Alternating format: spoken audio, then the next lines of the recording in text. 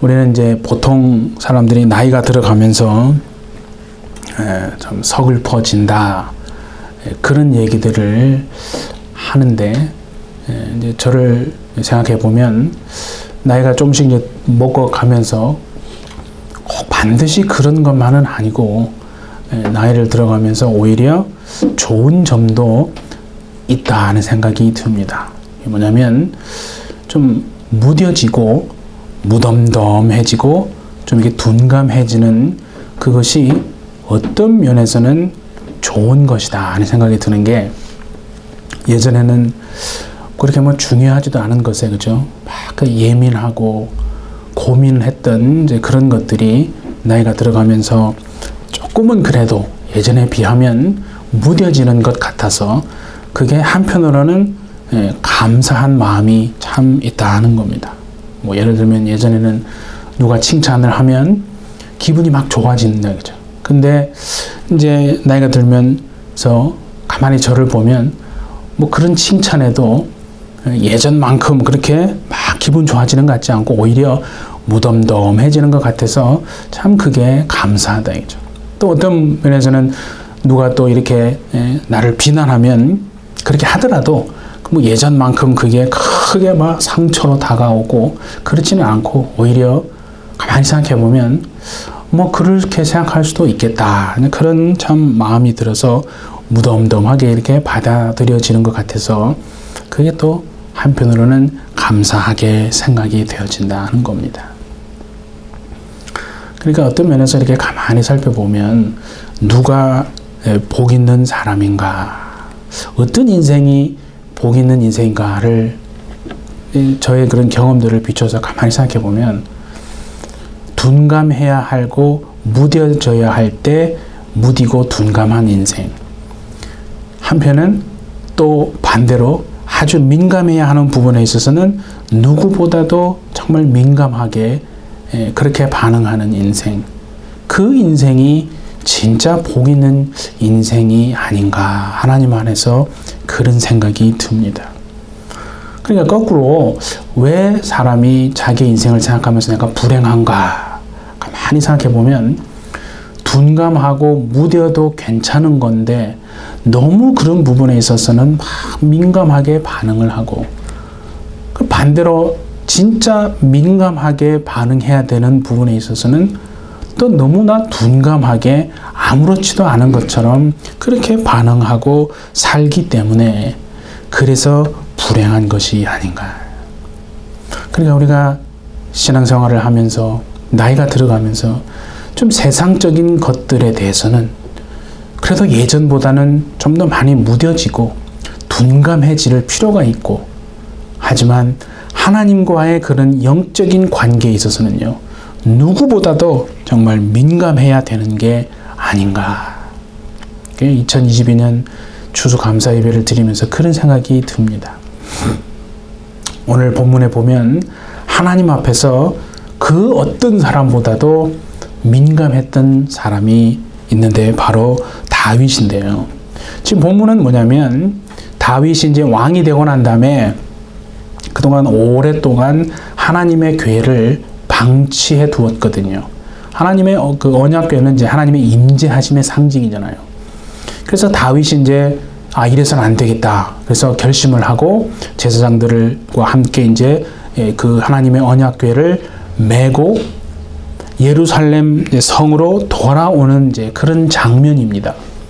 근데 우리는 이제 집중해야 될 게, 가만히 다윗이 어떻게 하는가를 보니까요, 너무 막 기뻐하고 감사하면서 막 춤을 추면서요, 그 당시에 그 베옷을 입다고 그러지 않습니까? 그러니까 막 하체가 드러날 정도로 왕의 체면이나 채통이나 자존심 이런 것 뭐 다 신경 쓰지 않고 하나님 앞에서 기뻐함으로 정말 감사하며 춤추고 있는 그 다윗 왕의 모습을 볼 수 있거든요. 참 어떻게 보면 부러운 건데, 일주일 동안 정말 세상에서 버텨가면서 살다가 오늘 주일에 하나님 앞에 나와서 세상이 어떻든 내 상황과 환경이 어떻든 예수님 안에서 기쁨과 내가 행복을 되찾아야 하겠다고 다짐하는 정말 여러분 모두에게 하나님이 주시는 그 행복과 기쁨을 반드시 되찾게 되는 여러분 모두가 되시기를 예수님의 이름으로 축복합니다. 예. 그래서 가만히 한번 생각해 봅시다. 하나님 안에서 우리가 행복과 기쁨을 반드시 다시 찾아와야 되는데, 그러기 위해서 내 인생에서 내가 회복해야 할 것이 두 가지가 있는데요. 가장 먼저 첫 번째로 회복해야 될 게 뭐냐라고 보면 감탄을 회복하는 겁니다. 뭘 회복한다고요? 감탄을 회복하는 겁니다. 그러니까 오늘 이 본문을 보십시오. 하나님의 언약궤는 하나님이 함께 하시는 그 하나님의 임재를 상징한다고 그랬죠. 그런데 그러니까 어떻게 생각할 수 있냐면, 그렇게 오랫동안 방치되었던 그 하나님의 언약궤를 지금 다윗이 그죠? 예루살렘 성으로 제사장들과 함께 어깨에 메고 오는데, 다윗이 너무나 막 기뻐서 춤을 추고 기뻐하는 것이 어찌 보면 당연한 것이 아닙니까? 라고 그렇게 생각할 수 있습니다. 그런데 오늘 다윗의 아내인 그 미갈을 가만히 보면 반드시 그런 것도 아닌 것을 알 수 있는 것이요. 그게 16절을 한번 보십시오. 여호와의 궤가 다윗성으로 들어올 때에 사울의 딸 미갈이 창으로 내다보다가 다윗 왕이 여호와 앞에서 뛰놀며 춤추는 것을 보고 심중에 그를 업신여기니라. 그러니까 지금 미갈은요, 온 백성과 다윗과 정말 제사장들이 함께 기뻐서 하나님의 언약궤를 메고 올라오는 막 춤을 추면서 막 기뻐하는 그 장소에 지금 미갈은 있지 않습니다. 그러니까 어디였냐면 자기 방에서 창으로 그냥 내다보면서, 그래서 마음에 다윗이 지금 그렇게 하는 것을 못마땅해 하고, 왜 저렇게까지 해야 되지? 굳이 저렇게 할 이유가 있나? 하면서 그 마음에 다윗을 업신여기다 그랬습니다. 창으로 내다본다는 말은 뭐냐면, 방에서 창으로 통해서 내다본다는 말은 자신하고는 상관없는 일이라고. 그렇죠? 자신과는 전혀 상관없는 그런 태도로 지금 바라보고 있는 거라는 겁니다. 여러분 보세요. 똑같은 예배를 드리는데요, 어떤 사람은요, 정말 그 감격과 기쁨의 눈물을 흘리면서 하나님 앞에 그렇게 예배를 드리는 사람이 있는가 하면, 또 어떤 사람은 전혀 그것이 공감이 안 되고, 왜 저렇게까지 굳이 해야 되는가, 그렇게 예배를 드리는 사람도 있거든요. 마치 그런 사람은요, 오늘 미갈이 창으로 그렇게 방에서 내다보듯 예배를 드리고 있는 사람하고 비슷한 거 아니겠습니까? 그러니까 오늘날도 보세요. 팬데믹이 이제 뭐 거의 끝났다고들 합니다. 근데 컴퓨터에 창을 내다보면서 예배를 드리는 것을 이렇게 뭐 당연한 것으로, 물론 그 상황이 어쩔 수 없는 어떤 그런 피치 못할 예외적인 상황은 있을 수 있습니다. 그런 걸 얘기하는 게 아니라 그냥 그것이 마치 당연한 것인 것처럼 또 하나님 앞에서 어떤 이유를 찾고, 그래서 자기 합리화를 하면서, 그죠? 그 예배 드렸습니다라고 이 컴퓨터에 창을 내다보면서 예배하는, 정말 성령님이 하나님이 그렇게 예배하라고 하시면 그렇게 예배해야 되겠지만, 자신의 심령 속에 하나님을 예배하는 것이 이거는 뭔가 좀 아닌 것 같다 라고 하면요, 그 창을 깨뜨리고 하나님 앞에 정말 나와서 그렇게 예배하는 것이 하나님이 기뻐하는 여러분 예배가 아니겠습니까? 그러니까 그렇게 마치 미갈이 창으로 내다보듯 예배하는 사람이 어찌 하나님 앞에서요, 기쁨과 감사를 여러분 회복하는 인생이 되겠습니까? 그러니까 오늘 이게 보세요. 미갈이 다윗을 업신여겼다고 그랬잖아요. 그리고 업신여겼다는 말은 비웃었다는 거예요. 그런데 성경은 참 신기한 게요. 그 미갈을 뭐라고 표현하냐면 다윗의 아내가 아닌 사울의 딸이라고 얘기하고 있다는 겁니다. 미갈이 궁중에서 사울의 딸이었으니까, 그죠? 왕궁에 살았을 거 아니에요. 그러니까 자기 체면이라는 게 있다 이거죠. 자기 채통이라는 게 있고 자존심이라는 게 있다 이거죠. 어떤 사람은 말합니다. 내가 이 험한 세상 자존심 하나로 버텨왔습니다. 근데 여러분 그거 아십니까? 그 자존심이 무너져야 하나님을 만나는 줄 믿습니다. 예. 그러니까 정말 하나님 앞에서요. 이 미갈이 다윗 왕을 보니까 에이 속으로 막 비웃고 그죠? 깔보면서 업신여기면서 왜 굳이 저렇게까지 해야 되나? 채통도 체면도 자존심도 없나? 하면서 그렇게 비웃은 것이다 이거죠. 그런데 여러분 하나님 안으로 들어와서 정말 은혜를 받고 마음속에서 기쁨이 솟아나는 인생이 되면 내 체면, 내 자존심 다 밀어내버리게 되어지는 줄 믿습니다. 예?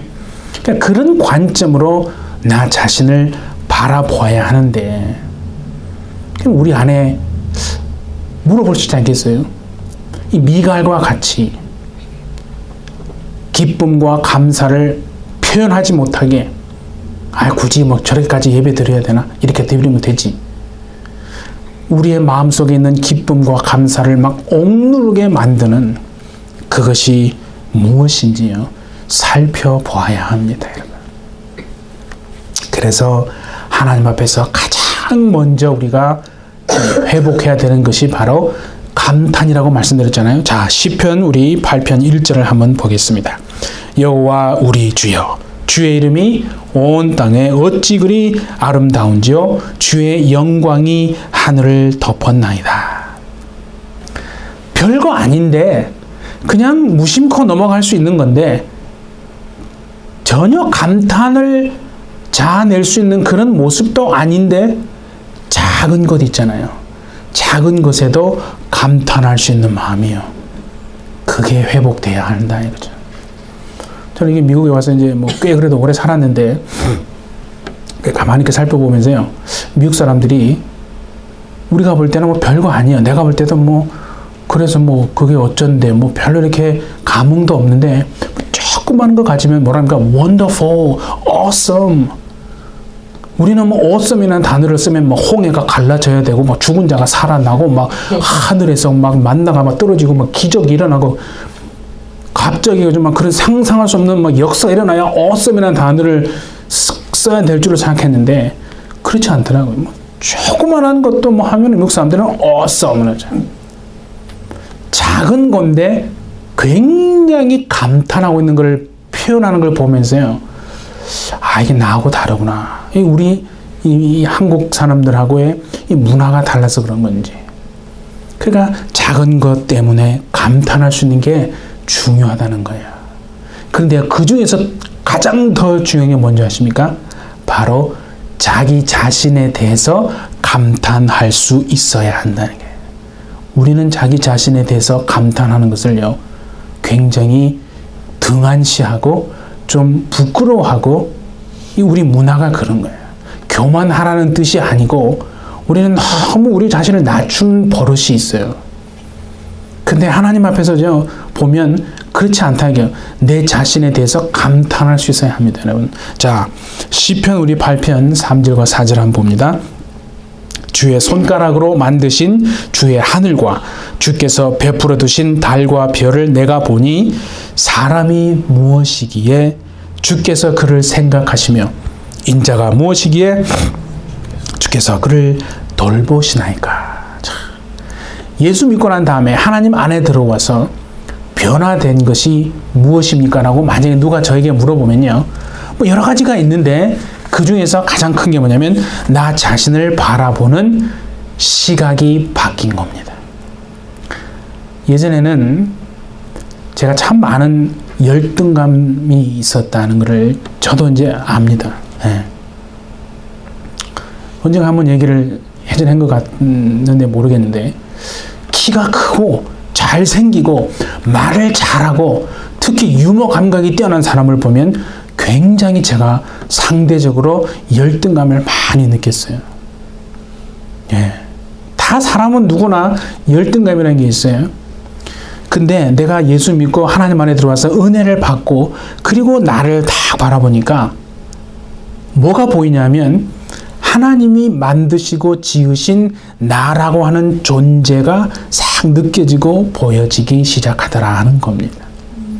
물론 외적으로 보면 아직도 부족한 게 너무나 되게 많습니다. 그런데 그럼에도 불구하고 오늘 이 말씀처럼 사람이 무엇이기에 주께서 나를 생각하시고 인자가 무엇이기에 주께서 나를 돌보십니까? 라고 하는 것처럼 예수님 안에서 은혜 받고 보니까 천지가 개벽하여 달라지는 게 아니라 나의 존귀함, 하나님이 나를 이렇게 만드셨구나 라고는 나에 대한 존귀함을 바라볼 수 있게 되더라 하는 것 아니겠습니까? 하나님 안으로 들어와서 은혜 받으면 열등감이 정말 사라지고 존귀한 존재로 변화되어질 줄 믿습니다. 그래서 우리 자 보세요. 시편 139편 14절에 보니까 내가 주께 감사하오면 나를 지으심이 심히 기묘하심이라. 그러니까 못생기면 못생겨서 잘생기면 잘생겨서 키 크면 키 커서 작으면 작아서 하나님이 지으시고 만드심이 너무 신기하고 오묘하다 하는 겁니다. 그래서 은혜 받으면 그 조건이에요. 은혜 받으면 자신에 대해서 감탄할 일이 많아질 줄 믿습니다. 네, 많아집니다, 여러분. 자, 그래서 우리 이렇게 한번 외칩시다. 서로를 보면서 우리는 하나님의 신묘막측한 존재로 지음받았습니다. 시작. 우리는 하나님의 신묘막측한 존재로 지음받았습니다. 우리는 하나님의 신묘막측한 존재로 지음받은 그런 존재인 줄 믿습니다. 은혜 받은 하나님 안에 들어와 은혜 받은 존재가 되어 자신에 대해서 일평생 감탄하며 사시는 여러분 되시기를 예수님의 이름으로 축복합니다. 그러면 감탄을 먼저 다 회복을 합니다. 나 자신에 대해서도 하나님이 나를 이렇게 지으시고 만드셨구나. 자신에 대한 존귀함을 인정하고 그럼 거기서 끝나면 안 됩니다, 여러분. 두 번째 우리가 하나님 앞에 행복을 만들고 회복하기 위해서는요. 반드시 회복해야 될 것 두 번째가 뭐냐면 감사의 회복입니다. 이게 사실은 더 중요한 건데요. 자신을 조롱하고 비웃고 있는 미가를 향해서 다윗이 무슨 말을 했냐면 그 21절을 한번 봅니다. 이렇게 돼 있어요. 이는 다윗이 지금 미갈에게 하는 얘기예요. 여호와 앞에서 한 것이니라. 그가 네 아버지와 사울을 말하죠. 그의 온 집을 버리시고 나를 택하사 나를 여호와의 백성 이스라엘의 주권자로 삼으셨으니 내가 여호와 앞에서 뛰놀리라. 사람 앞에서 한 게 아니고 하나님 앞에서 한 것이다. 그러니 내 체면과 자존심 그 따위가 무엇이 중요한가? 그 얘기를 하는 거 아니겠습니까? 여러분, 감탄하고 감사가 같습니까? 다릅니다, 여러분. 감탄과 감사의 차이가 뭐냐면 감탄은 내 마음속에 자신의 마음속에서 이렇게 확 솟아오르는 어떤 마음을 말하는 거예요. 그게 감탄이고요. 그 솟아오르는 그것을 밖으로 표현하고 나타내는 것을 감사라고 하는 겁니다. 그래서 감사라는 한자를 보면요. 감자가 뭐냐면 느끼다의 느낄 감이고 사자는 뭐냐면 살해하다의 사자. 그러니까 여러분 속으로 기뻐하고 속으로 느끼는 것은 감사가 아닙니다. 그것을 밖으로 표현하고 나타낼 때 뭐가 된다고요? 감사가 된다는 겁니다. 예. 그래서 누군가 그런 말을 했다고 하더라고요. 보니까 감사를 느끼는데 그걸 밖으로 나타내고 표현하지 않으면 마치 선물을 주기 위해서 포장만 하고 있는, 선물을 주지는 않고 포장만 해놓고 주지 않는 거와 똑같다 하는 겁니다. 그걸 감사를 느끼지만 표현하지 않은 거래요. 여러분 선물을 주려고 포장을 다 했잖아요. 그럼 줘야 되는데 그 포장만 해놓고 주지 않는 선물이 그게 무슨 의미가 있겠습니까? 우리의 마음의 창고 안에 포장만 해놓고 이렇게 쌓아만 둔 그래서 주지 않은 감사가 여러분 얼마나 여러분 많은 것입니까? 그러니까 중요한 건 뭐냐면요. 작은 것이라도 감탄해서 그것을 표현하고 나타내고 밖으로 쏘아낼 수 있는 여러분 되주시기를 예수님의 이름으로 축복합니다. 그래서 여러분 누가복음의 5장 4절에 보면요. 이런 말씀이 나옵니다. 말씀을 마치시고 시몬에게 이르시되 깊은 데로 가서 그물을 내려서 고기를 잡으라. 그래 이거 뭐 다 아십니다. 밤새 그물질을 했는데 물고기 한 마리도 못 잡고 헉헉거리고 있는 베드로에게 주님이 오셔서 얘야 그 얕은 데서 놀지 말고 저 깊은 데 가서 그물을 던져라. 주님이 그렇게 말씀하시는 건데요. 이게 감사하고 어떻게 보면 무슨 연관이 되는가? 아무런 연관이 없는 것 같죠? 그런데 여러분 이것을 보면서요. 감사에는요. 두 종류의 감사가 있다는 것을 깨닫습니다. 두 종류의 감사가 있는데 하나는 얕은 감사, 두 번째는 깊은 감사. 그 두 종류의 감사가 있더라고요. 그래서 그것과 관련해서 가만히 생각해 보면 이 세상을 살아가는 사람한테는요, 사람이 세 부류의 사람이 있습니다. 첫 번째는 누구냐면 전혀 감사가 없는, 감사라고는 눈을 씻고 봐도 없는, 그래서 삭막한 인생을 살아가는 사람이 첫 번째 부류입니다. 그런 사람을 보면요, 항상 부족함을 느끼고 뭔가 마음에 늘 불만이 가득해요. 항상 마음에 불만이 가득해서 감사를 전혀 없어요. 그래서 인생을 보면요, 늘 삭막하다 이거죠. 그게 뭔 말인 줄 아시죠? 여러분, 감사는 뭐냐면 성향이고요, 태도지 환경이 아닙니다. 절대 감사는요, 감사할 조건이 있어서만 감사하는 게 아니라 이거죠. 그런데 그러니까 감사하는 것도 어떻게 보면요, 영적인 능력이구나. 감사할 수 있는 힘이 없으면 감사할 수가 없더라고요. 자, 우리 시편 119편 우리 18절을 한번 봅니다. 내 눈을 열어서 주의 율법에서 놀라운 것을 보게 하소서. 다윗이 고백한 건데요. 그냥 우리의 심령 안에 함께하고 계신 그 주의 은혜를 볼 수 있는 눈이 열려야, 그런 눈이 열려서 힘이 있어야 감사할 수 있다. 그 말 아닙니까? 그러니까 뒤집어 말하면 나와 함께 하시는 내 가정에 내 자녀들과 함께 하는 그 하나님의 은혜를 볼 수 있는 눈이 없는 거예요.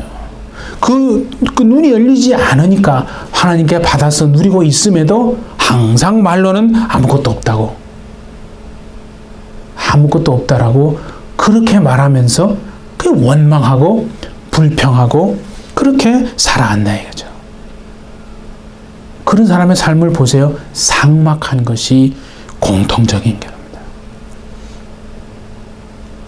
그런가 하면 두 번째 부류의 사람은요, 얕은 감사에 항상 그 수준에만 머물러서 일평생 살아가는 사람도 있습니다. 얕은 감사의 수준에서 살아간다는 말은 뭐냐면 감사가 없는 건 아닌데 항상 그 사람을 보면 뭔가 감사할 조건이 있을 때만 감사하는 사람들이다 이거죠. 이런 사람을 얕은 감사로 살아가는 사람이다 하는 거죠. 근데 그런 사람들을 가만히 살펴보시면요, 마음이 그냥 하루에도 12번이 요동칩니다. 이랬다 저랬다 자기 마음에 내키면 감사하는 것 같습니다.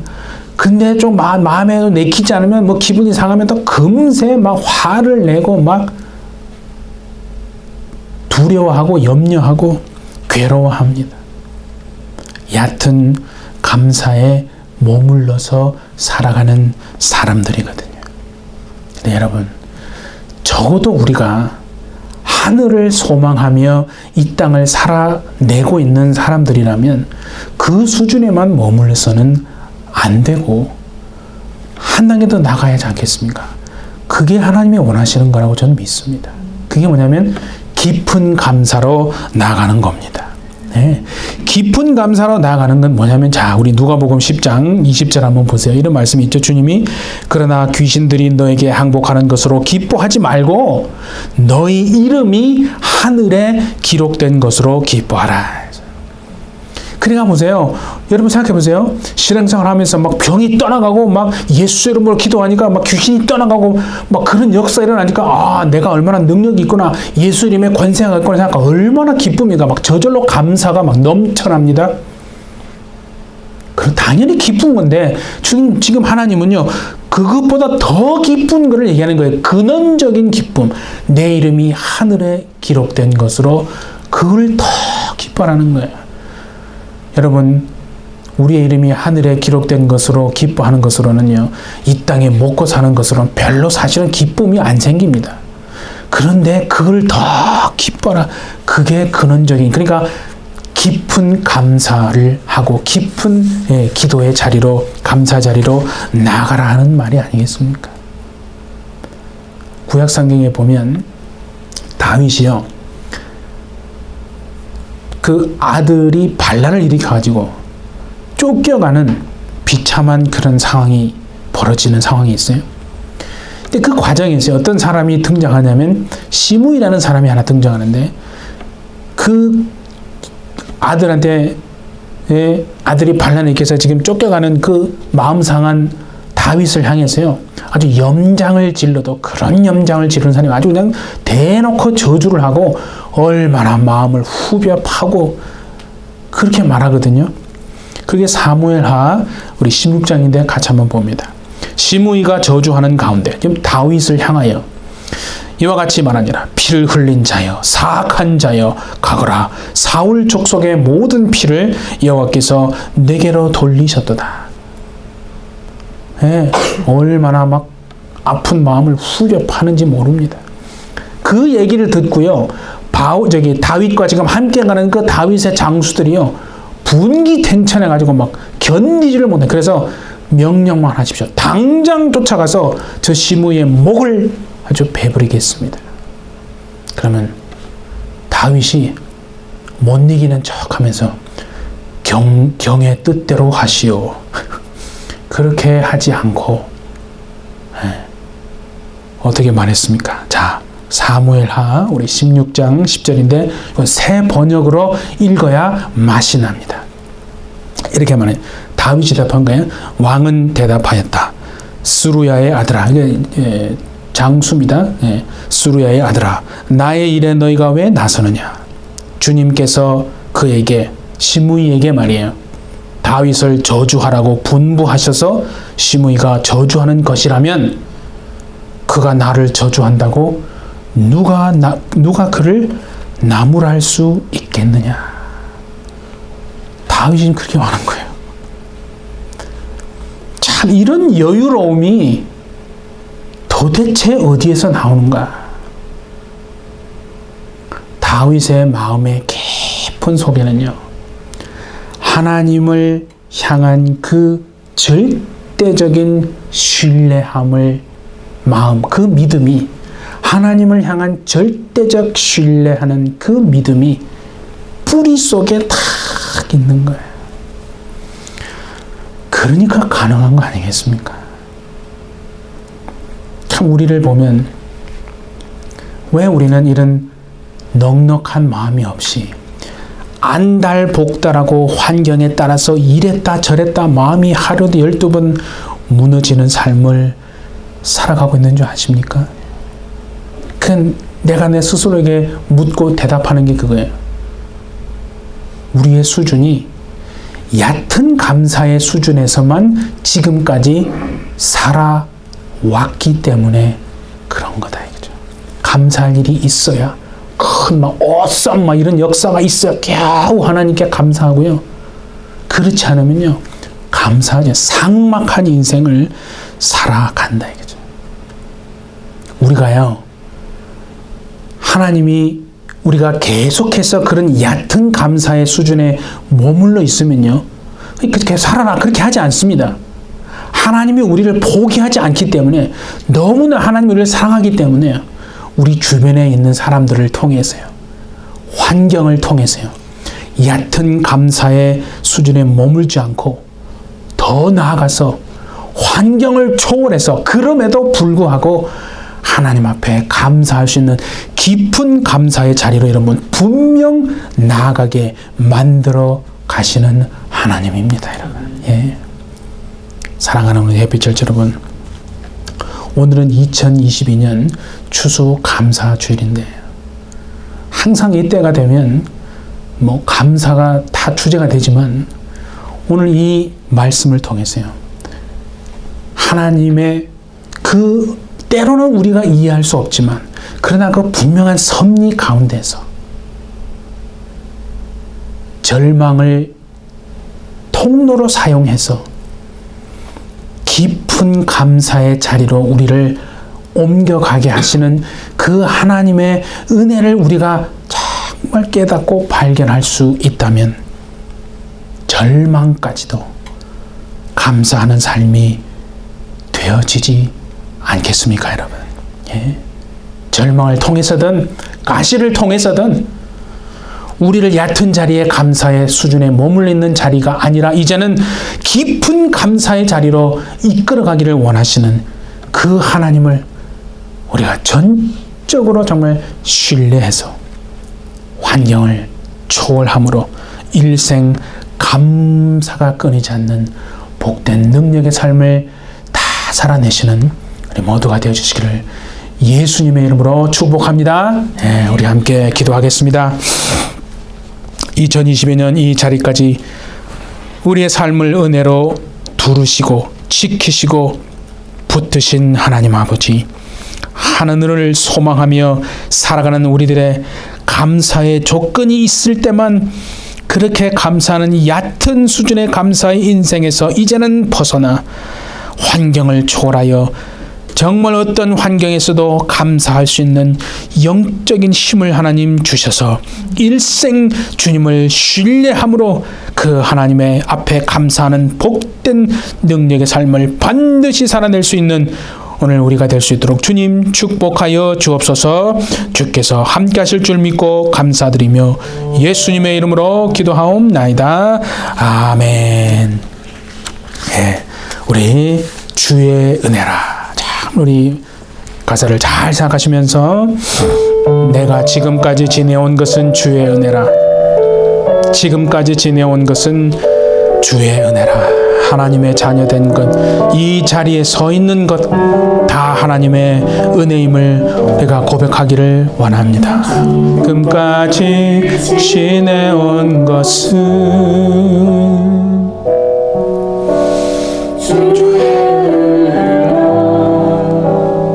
주의 은혜라. 지금까지 지내온 것은 아멘. 하나님의 자녀 된 것은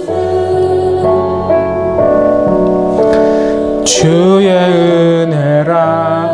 아멘. 주의 은혜라. 하나님의 자녀 된 것은 주의 은혜라. 주의 은혜라. 지금까지 지내온 것은 주의 은혜라. 주의 은혜라. 하나님의 자녀 된 것은 내가 이 자리에 서 있는 것은 주의 은혜라. 주의 은혜라. 아멘. 주의 은혜라. 이 자리에 서 있는 것은 은혜라. 주의 은혜라. 이 자리에 서 있는 것은 아멘. 주의 은혜라. 주의 은혜라 이 자리에 서 있는 것은 주의 은혜라 주의 은혜라 지금까지 지내온 것은 주의 은혜라 주의 은혜라 지금까지 지내온 것은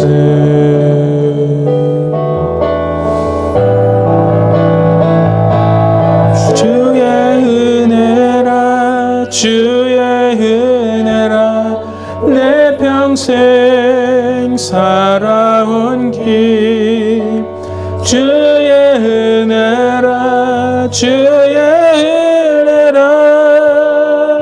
감이 없는 사랑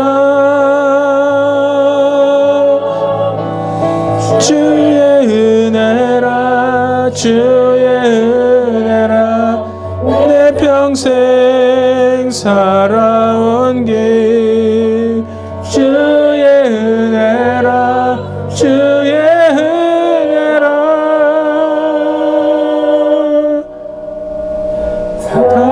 감이 없는 사랑 달려갈 길 모두 마친 후 주 얼굴 볼 때 나는 공로 전혀 없도다 오직 주의 은혜라 나는 공로 전혀 없도다 오직 주의